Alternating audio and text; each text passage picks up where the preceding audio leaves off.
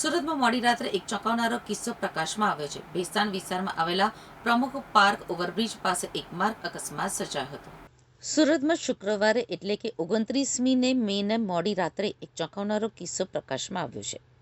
ભેસ્તાન વિસ્તારમાં આવેલા પ્રમુખ પાર્ક ઓવરબ્રિજ પાસે એક માર્ગ અકસ્માત સર્જાયો હતો. સુરત મહાનગરપાલિકાની ડોર ટુ ડોર કચરો ઉઠાવતી સેવા સાથે સંકળાયેલા એક ટેમ્પો સાથે મોટરસાયકલ અથડાતા ગંભીર ઘટના સામે આવી હતી. પ્રાથમિક દ્રષ્ટિએ આ અકસ્માત સામાન્ય લાગતો હતો, પરંતુ અકસ્માત બાદ ટેમ્પોમાંથી જે રીતે શંકાસ્પદ જથ્થો નીચે પડ્યો તેણે સ્થાનિક લોકો અને વહીવટીતંત્રના હોશ ઉડાવી દીધા છે.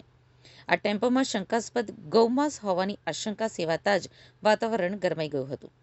ભેસ્તાન પોલીસ મથક પાસેથી મળતી માહિતી મુજબ સુરત મહાનગરપાલિકાની કચરો એકત્રિત કરવાની સેવામાં કાર્યરત tempo number GJ05GV3355 Bhestan overbridge ઉપરથી પસાર થઈ રહ્યો હતો.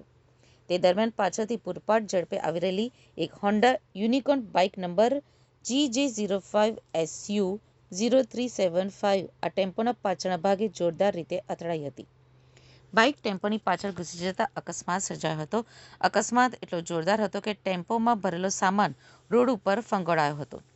સામાન્ય રીતે કચરાના ટેમ્પોમાંથી સૂકો કે ભીનો કચરો નીકળતો હોય છે, પરંતુ આ અકસ્માત બાદ ટેમ્પોમાંથી અચાનક જ લોહીલુહાણ માંસના અવશેષો જાહેર રોડ ઉપર પડી ગયા હતા, જેને જોઈને ત્યાં હાજર લોકો પણ સ્તબ્ધ થઈ ગયા હતા.